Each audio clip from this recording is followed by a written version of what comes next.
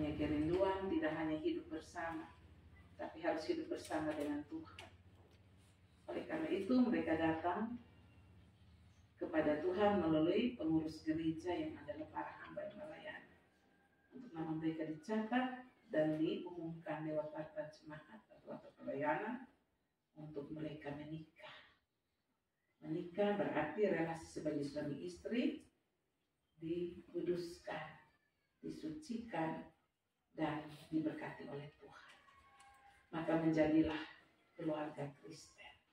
Jadi kakak itu kalau sensus jemaat ada yang kasih keluar janda-janda itu rugi. Karena itu dikeluarkan sebagai dari keluarga Kristen. Kalau sensus penduduk ya itu kakak itu kepala keluarga. Tapi semua keluarga Kristen yang di sana adalah ada kepala rumah tangga. Kepala keluarga Kristen adalah Tuhan Yesus. Rumah tangga itu harus berdiri di atas kasih dan juga kuasa Tuhan. Dan dia yang kepala. Bapak mama, saudara-saudari mempelai yang berbahagia saat ini, membangun pernikahan di atas dasar yang kokoh ini adalah tema khotbah hari ini. Jadi melihat kepada membangun pernikahan sama hal dengan orang membangun sebuah rumah. Dia mau darurat kok, dia mau satu batu kok, dia mau semi permanen kok, dia mau rumah batu permanen atau rumah batu penuh kok.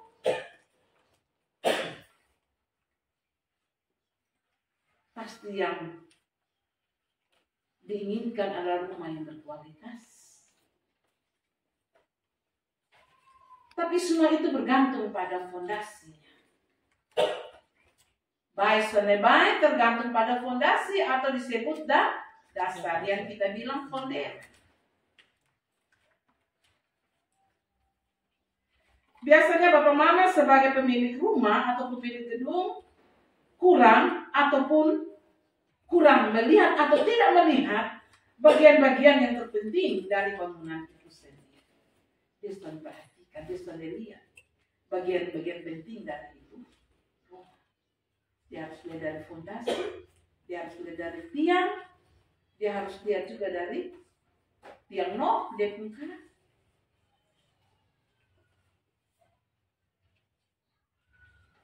Biasanya ini tidak terlihat. Maka seringkali kita tidak atau kurang memperhatikan. Nah kalau tutup ini batu, begini sama pilih di tiang ini bengkok kosong. Iya, tuh di fondasi ini beton kosong, bermutu ke tidak.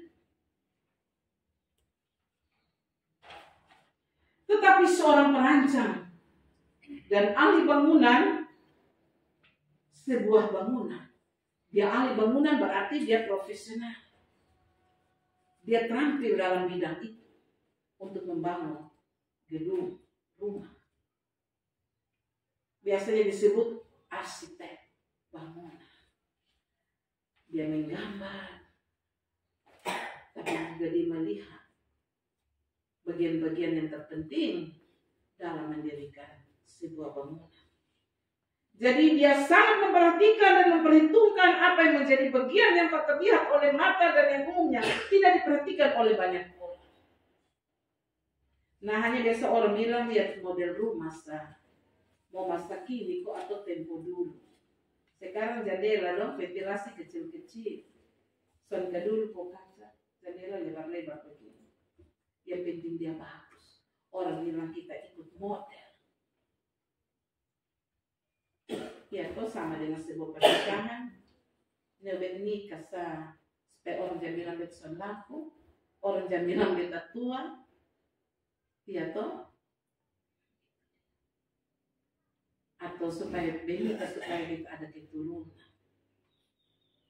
Ya toh itu istilah kebon. Kalau hanya lihat hanya karena mau cari keturunan, bilang sonde laku karena usia tua. Maka itu rumah tangga dia akan kuat. Kalau dia tidak memuliakan Tuhan terlebih dahulu. Lewat pernikahan itu kita mempermuliakan Tuhan. Itu kado. Seperti kita diberi hadiah, kita bilang baik, pesan baik, kita terima itu kado dengan berterima kasih. Kita kembali Bapak Mama. Jadi, bangunan itu kuat dan tidaknya adalah dasar atau fondasi yang menjadi penentu. Contoh bahasa Timur penentu kuatnya bilang apa? Neme.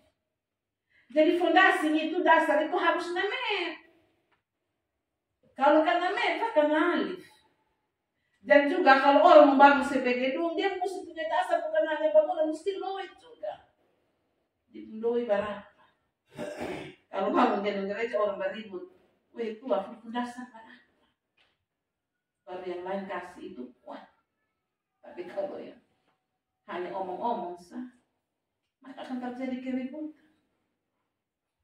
Kita kembali, seorang bangunan yang bijaksana akan berpikir jauh ke depan. Dia menganalisa yang dia cuma pikir hari ini, tapi pikir hari esok. Ia menyediakan waktu untuk merencanakan segala sesuatunya dengan tepat. Bahkan sebelum bangunan itu selesai dibangun, ia sudah dapat melihat dalam pikirannya akan seperti apa bangunan yang sedang dibangun. Gampang sah. Kupan gereja, kupan merah, kalau saya mau beli kupan pink, mau kupan putih.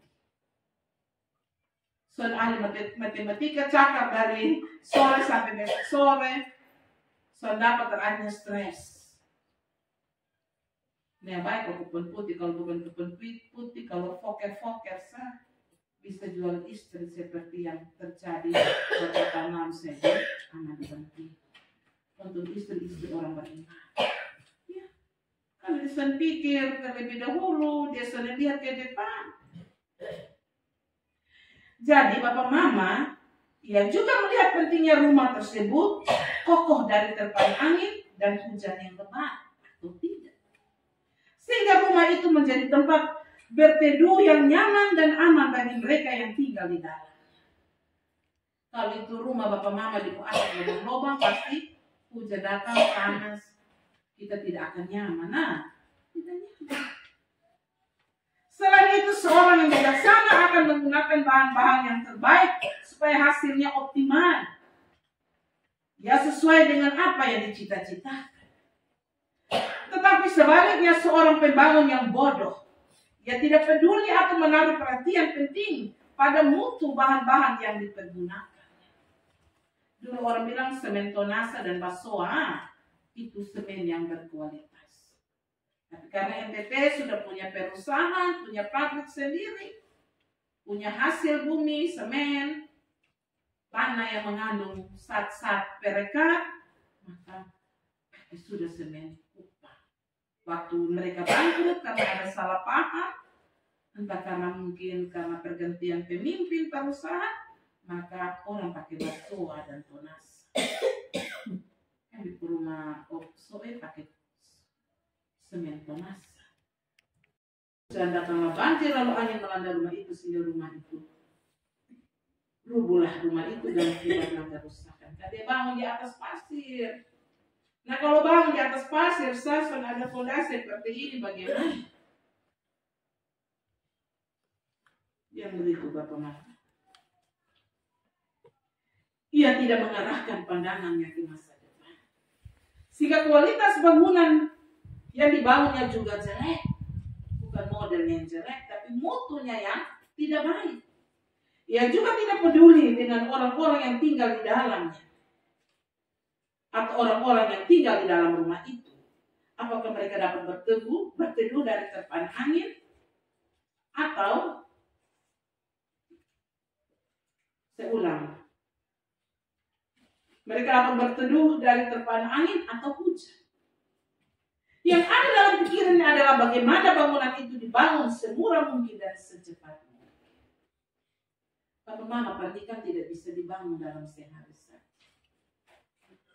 Dia akan kelihatan dia berkualitas dan tidak ketika masing-masing pasangan mempertahankan itu pernikahan dan adanya dua-duanya sama-sama mempertahankan.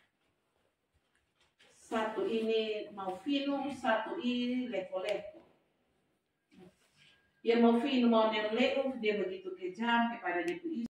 Waktu lalu bencana yang ditekani, dia pun tempat praktek di pinggir kali. Jadi dia dengan ini anak-anak pemuda, mereka pergi ke sana orang tua. Ada 3 rumah yang di pinggir kali. Yang satu itu bapak mama Suroko. Air naik lah, banjir lah, hujan turun terus menerus. Yang 2 kakak iri bilang mama tidak tahu itu nanti jadi kosong. Dia tetap tegak atau dia roboh. Ya. Tapi memang alam kita tidak bisa melawan. Bapak mama, saudara-saudari mempelai berbahagia saat ini. Jemaat yang Tuhan Yesus kasihi, membangun hidup pernikahan sama halnya dengan membangun sebuah rumah tinggal. Bukan rumah tinggal sah kantorku, gerejaku. Yang pertama, tidak selesai dibangun dalam satu malam untuk pernikahan. Tidak ada kehidupan pernikahan yang dibangun dalam satu malam. Kalau dibangun satu malam, seperti di Sental Puji, untuk bercerai. Satu jahat, satu yang baik. Yang baik itu dia taruh betul-betul iman kepada Tuhan. Tuhan kuatkan saya. Dia bisa bermout one. Saya tetap saya adalah istrinya. Kami sudah menikah, Tuhan kuduskan kami bebas. Tadi kemana tadi malam khotbah tentang kesetiaan. Jadi bangunan pernikahan saudara tidak selesai dibangun hanya pada hari pesta pernikahan hari ini. Sudah bilang sudah selesai nikah. Ibu pada itu dekat habis. Kami sudah resepsi. Doa syukuran nikah. Nah kami 2-3. Ya soal pusing banyak itu pernikahan. Mau bikin bagaimana itu pernikahan. Yang kedua, harus jauh memandang ke depan sebab pernikahan harus tetap dipelihara sepanjang hidup bersama. Dengan bapak mama, khususnya mempelai. Ini saya suruh mau pensiun ini dari sebagai karyawan Lemir dan saya anak semua umur 30 tahun. Mereka baru menikah, mereka macam baru nikah. Tunggu dulu kami cuma ekonomi mapan. Saya bilang, jadi pegawai negeri baru mapan, kalau kerja di swasta tidak mapan. Orang jual ikan saya bisa nikah, bisa beli oto banyak-banyak. Ada bisa beli kapal ikan. Bukan itu man, tapi bersiapkan untuk menjadi seorang ayah dan seorang ibu, seorang suami dan seorang istri. Harus menjadi suami istri yang takut Tuhan. Maka anak-anak juga akan takut. Tidak hanya menjalin relasi, tapi dalam mendidik, saling mendidik, saling membimbing, saling membina, saling mengingatkan, saling mengajar dan saling mengajak. Suami didik istri, istri didik suami, bukan didik dengan kain, bukan didik dengan kata-kata memaki, bukan. Atau rencana. Ini orang bilang mau film, tidak.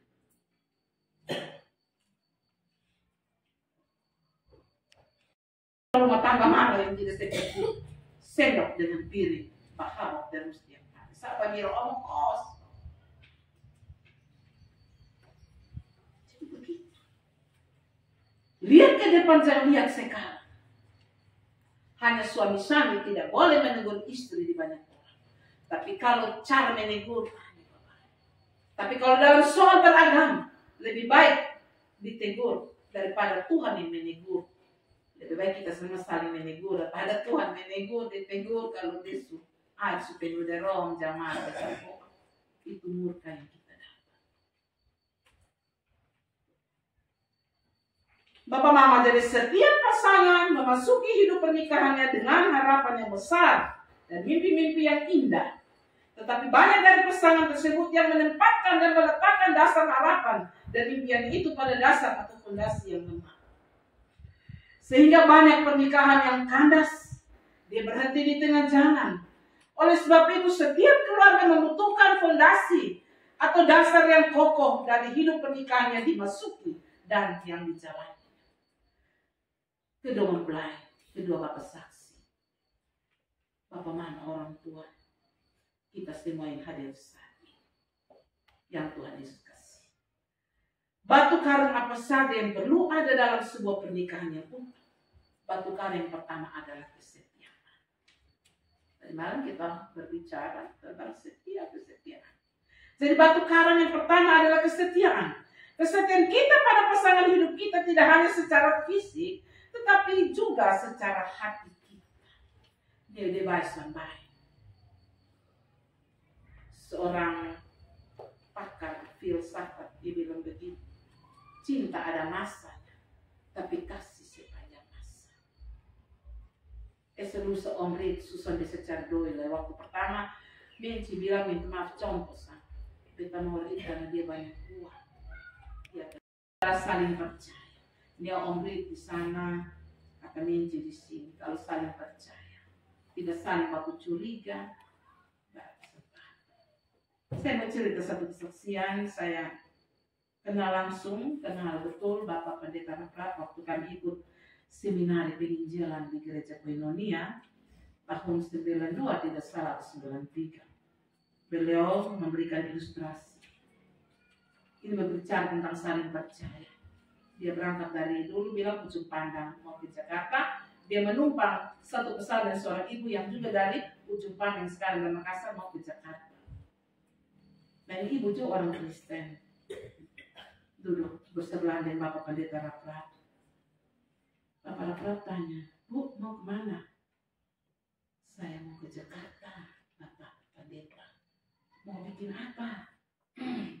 Saya mau ke sana, mau ketemu suami saya. Karena saya dengar suami saya begini.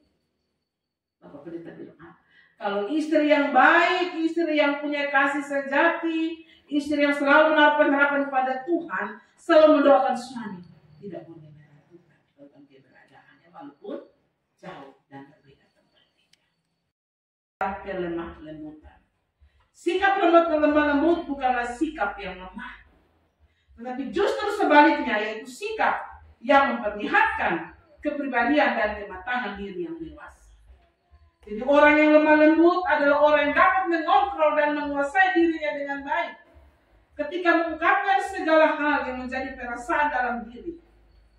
Orang yang lemah lembut tidak akan menyakiti pasangan hidupnya, baik itu melalui kata-kata dan sikap. Apapun dia salah, tegurlah.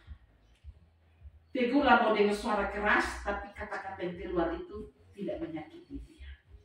Jangan karena lu mau tegur dia, lu pakai kata maki-maki, kata-kata ancaman. Nah itu bukan lemah lembut. Kalau suara tinggi, kan kau bilang itu orang jahat, tapi kan dengar dari kata-kata yang keluar, kata-kata yang mengagumkan. Nah itu lemah lembut. Ada pertalian dengan tadi ilustrasi saya bilang. Jadi pernikahan yang baik menuntut adanya kedalaman hubungan yang hangat antara suami dan istri. Jadi harus selalu berkomunikasi. Sampai tadi waktu tua itu dia tidak putus asa, dia bakal lampu dari jam 12 siang. Jadi setiap kali kita tidak menaruh perhatian pada apa yang dikatakan pasangan hidup kita, kita mengirimkan pesan kepada mereka bahwa kita tidak menghargai pasangan hidup kita. Orang yang bijak monopoli atau menguasai mendengarkan, sedangkan orang bodoh menguasai percakapan. Jadi orang bijak dia akan setia mendengar, tapi orang yang bodoh dia menguasai percakapan. Beb mama bilang, beb bapak selalu nasihat kami. Ingat yang subur rumah tangga. Biar dia benar, tapi dia banyak ngomong, banyak ngotot, dia adalah orang yang bersalah. Tapi orang yang bersalah, tapi dia diam mendengar orang yang benar, banyak ngotot, itu dia yang orang benar.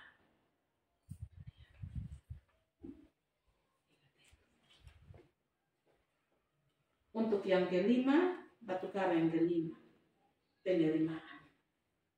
Penerimaan yang utuh dan sungguh-sungguh pada pasangan hidup kita dengan segala kelebihan dan kekurangannya merupakan cinta yang sejati. Jadi kemarin pernikah dong suka tahu, saling bagus tahu, saya pasangan punya kelebihan ini, kekurangan ini, dan yang sifat yang baik dan sifat yang buruk mereka saling baku kasih tahu. Dari malam di terang kampung saya sudah menyampaikan. Terimalah. Menikah bukan berarti dua-dua berkelebihan, jadi harus menikah. Menikah artinya saling melengkapi. Keluarga Kristen yang seutuhnya, apabila belum menyediakan tempat dalam kehidupan mereka akan kehadiran Allah yang menuntun kehidupan mereka dan pertumbuhan rohani yang baik bagi setiap keluarga yang ada di dalam. Dan batu karang yang ketujuh adalah kasih. Iman, pengharapan, dan kasih. Yang paling ini adalah kasih adalah semen yang merekatkan keenam batu karang tersebut di atas. Kasih merupakan dasar pengikat bagi kita untuk hidup bersama, berjalan bersama, dan menikmati bersama kehidupan dengan pasangan hidup yang Tuhan berikan.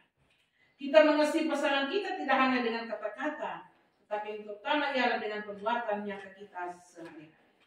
Satu perbuatan yang penuh kasih jauh bernilai dibandingkan 1000 kata cinta yang kita ucapkan pada pasangan.